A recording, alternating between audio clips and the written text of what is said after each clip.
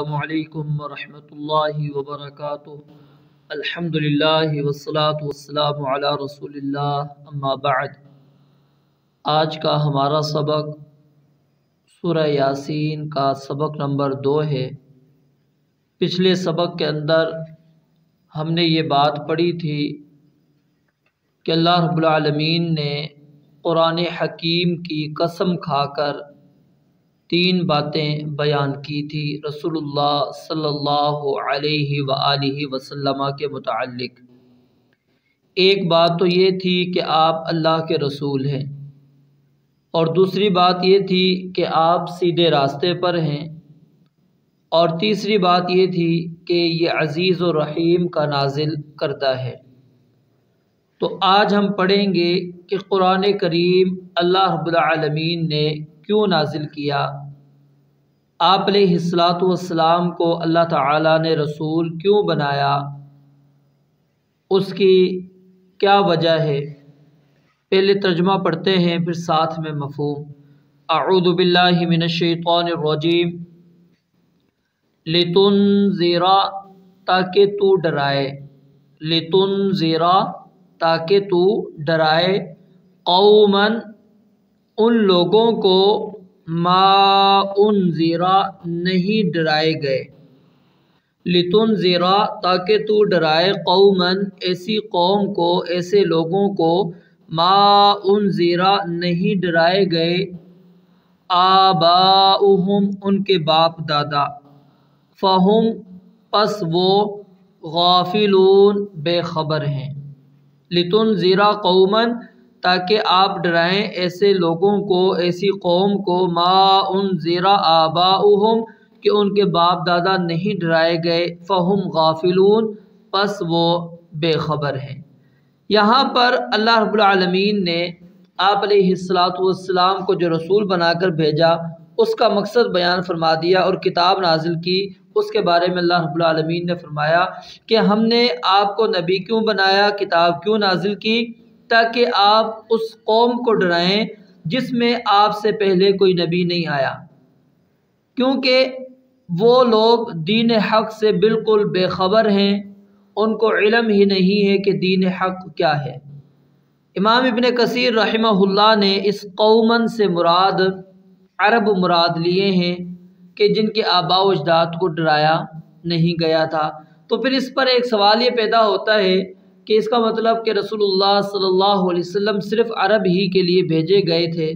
تو اس کا جواب پھر امام ابن کثیر رحمہ اللہ نے یہ دیا کہ اکیلے عرب کے ذکر سے دوسری اقوام کی طرف مبعوث ہونے کی نفی نہیں ہوتی، جس طرح کہ بعض افراد کے ذکر سے عموم کی نفی نہیں ہوتی، اور اس بات پر بہت سی آیات اور متواتر احادیث ہیں کہ آپ علیہ السلام تمام اقوام کی طرف مبعوث ہیں، اور آپ کی بعثت قیامت تک کے لیے ہے، جیسا کہ سورہ اعراف آیت نمبر 157 کے اندر قل یا ایھا الناس انی رسول اللہ الیکم جمیعا، اور سورہ سبا آیت نمبر 28 میں ہے کہ ہم نے آپ کو کافۃ للناس بشیرا و نذیرا، تمام لوگوں کے لیے ہم نے آپ کو بشیر اور نذیر بنا کر بھیجا۔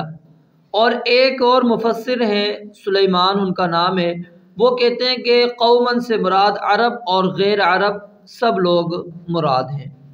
تو لتنذر، تاکہ آپ ڈرائیں، قومن، ایسی قوم کو کہ ما انذر آباؤہم، کہ نہیں ڈرائے گئے ان کے آباء و اجداد، یعنی اس سے مراد کے قریب کے آباء، قریب کے زمانے میں نہ عرب کی طرف کوئی نبی آیا اور نہ غیر عرب کی طرف کوئی نبی آیا تھا، کیونکہ بعید کے زمانے میں تو عرب کی طرف اسماعیل علیہ السلام، ہود علیہ السلام، صالح علیہ السلام اور شعیب علیہ السلام مبعوث ہوئے تھے، اور عرب کے علاوہ ان کی طرف سب سے آخر میں جو نبی آئے تھے وہ سیدنا عیسیٰ علیہ السلام تھے۔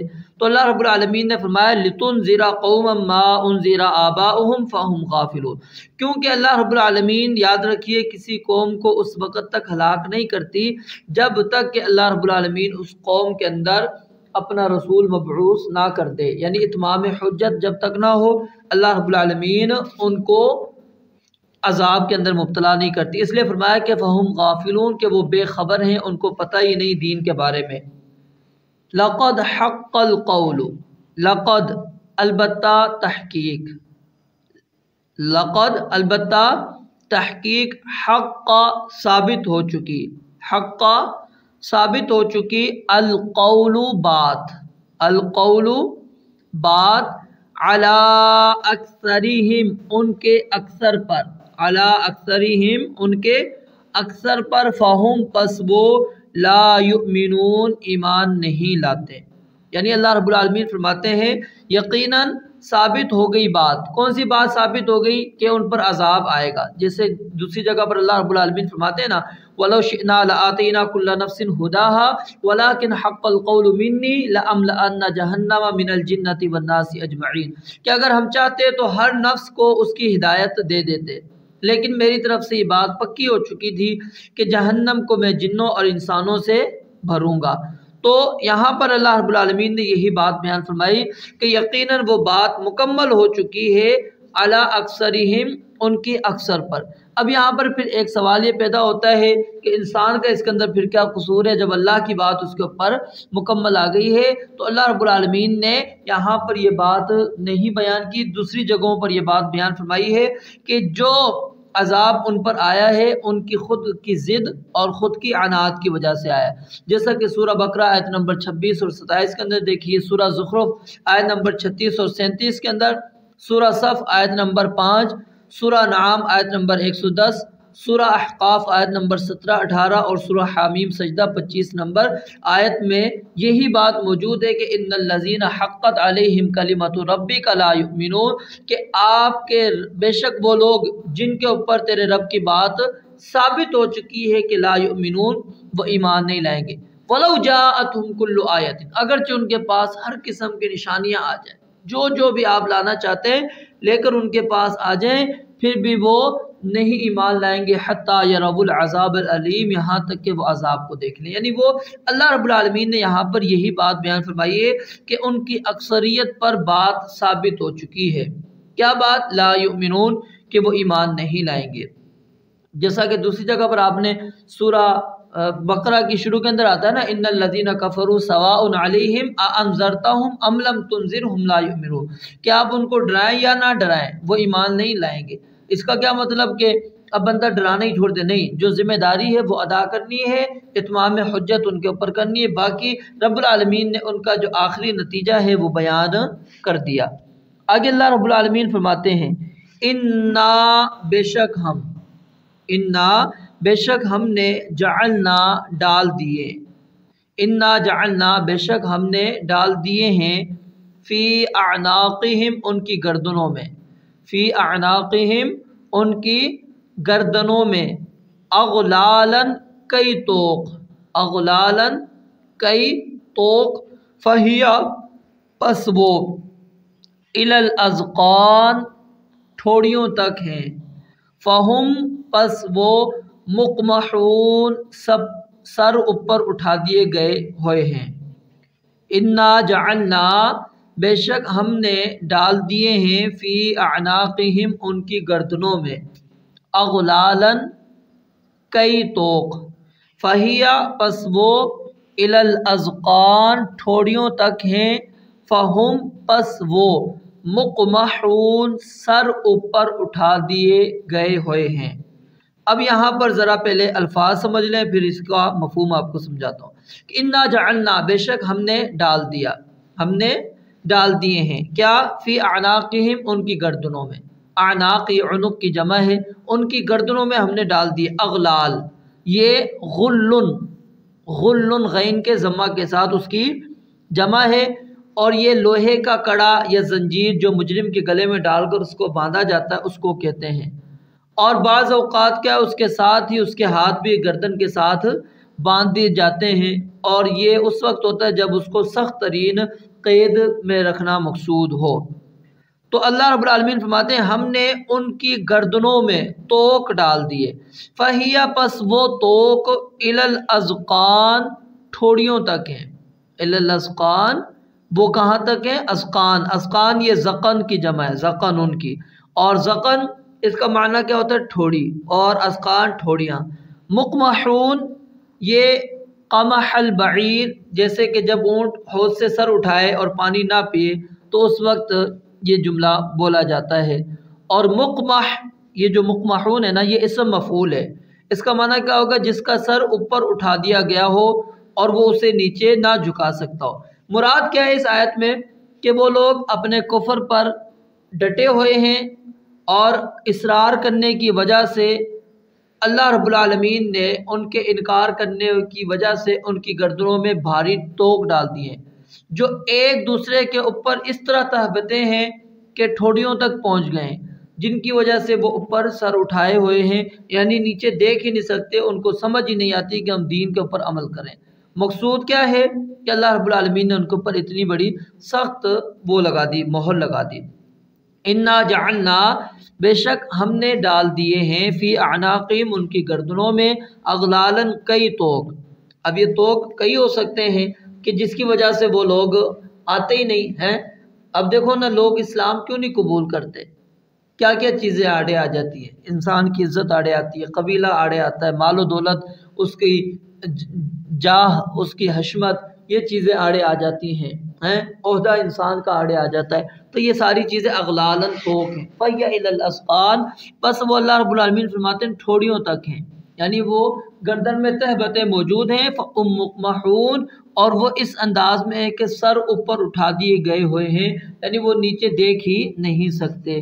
وَجَعَلْنَا، اور ہم نے بنایا، وَجَعَلْنَا، اور ہم نے بنایا، مِن بَيْنِ أَيْدِيهِمْ، ان کے سامنے، ان کے آگے، سدن، ایک دیوار، وجعلنا، اور ہم نے بنائی، من بین ایدیہم، ان کے آگے، ان کے سامنے، سدن، ایک دیوار، ومن خلفہم، اور ان کے پیچھے، سدن، ایک دیوار، ایک سامنے اور ایک پیچھے۔ فَأَغْشَيْنَاهُمْ، فَأَغْشَيْنَا، پس ہم نے ڈھانک دیا، ہم انہیں، فَهُمْ، پس وہ، لا يبصرون، نہیں دیکھتے۔ دوبارہ دیکھیں، وَجَعَلْنَا مِن بَيْنِ أَيْدِيهِمْ، اور ہم نے بنائی ان کے سامنے، ان کے آگے، سدن، ایک دیوار، وَمِن خَلْفِهِمْ، اور ان کے پیچھے، سدن، ایک دیوار۔ فَأَغْشَيْنَاهُمْ، پس ہم نے ڈھانک دیا ان کو، فَهُمْ لَا يُبْصِرُونَ، پس وہ نہیں دیکھتے۔ تو یہاں پر اللہ رب العالمین نے پہلے تو بیان کیا کہ ہم نے ان کی گردنوں میں بھاری توق ڈال دیے، اب اس کے علاوہ اللہ رب العالمین فرماتے ہیں ہم نے ان کے آگے اور ان کے پیچھے ایک دیوار کر دی ہے اور انہیں اوپر سے پردے کے ساتھ ڈھانک دیا ہے، جس کے نتیجے میں انہیں کچھ بھی نظر نہیں آتا۔ اور یہ مثال اللہ رب العالمین نے بیان کی ہے ان لوگوں کی جو اپنے جاہلانہ اور مشرکانہ رسوم پر اڑے ہوئے ہیں، ان کے غلط ہونے کی کھلی سے کھلی دلیل بھی انہیں دکھائی نہیں دیتی اور نہ وہ اسے سنتے ہیں۔ اور یہ اللہ رب العالمین فرماتے ہیں بتائیں اب حق پر یہ لوگ کیسے ایمان لا سکتے ہیں؟ اس لیے فرمایا وَسَوَاءٌ، اور برابر ہے، وَسَوَاءٌ، اور برابر ہے، علیہم، ان پر، علیہم، ان پر، اَأَنذَرْتَهُمْ، کہ آپ نے انہیں ڈرایا ہو، ام یا لم تنذرہم، نہ ڈرایا ہو، لا یؤمنون، ایمان نہیں لائیں گے، ایمان نہیں لائیں گے۔ یعنی یہ وہ لوگ ہیں کہ آپ ان کو سمجھائیں، دعوت دیں، تبلیغ دیں، یا ان کو آپ دعوت دینا چھوڑ دیں، تبلیغ کرنا چھوڑ دیں، یہ ایمان لانے والے نہیں ہیں، ان پر کچھ بھی آپ کی دعوت کا اثر نہیں ہونے والا، یہ اپنے کفر پر، اپنے شرک پر ڈٹے رہیں گے۔ اب کون لوگ ہیں جو لوگ رسول اللہ صلی اللہ علیہ وسلم کی دعوت کو قبول کرتے ہیں اور آپ کی دعوت ان کے اوپر اثر انداز ہوتی ہے؟ انشاءاللہ وہ ہم کل کے سبق کے اندر پڑھیں گے۔ رب العالمین سے دعا ہے اللہ تعالیٰ سمجھنے اور عمل کرنے کی توفیق عطا فرمائے۔ وآخر دعوانا ان الحمدللہ رب العالمین۔